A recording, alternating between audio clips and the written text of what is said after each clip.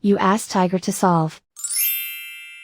This deals with linear equations with one unknown. The final result is c equals 16. Let's solve it step by step. Simplify the expression. Expand the parentheses. Simplify the arithmetic. Group all constants on the right side of the equation. Subtract 54 from both sides. Simplify the arithmetic.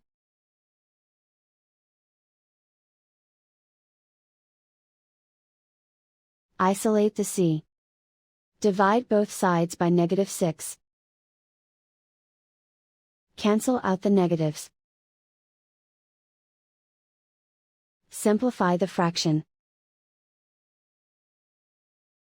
Cancel out the negatives. Find the greatest common factor of the numerator and denominator. Factor out and cancel the greatest common factor. And so the final result is c equals 16.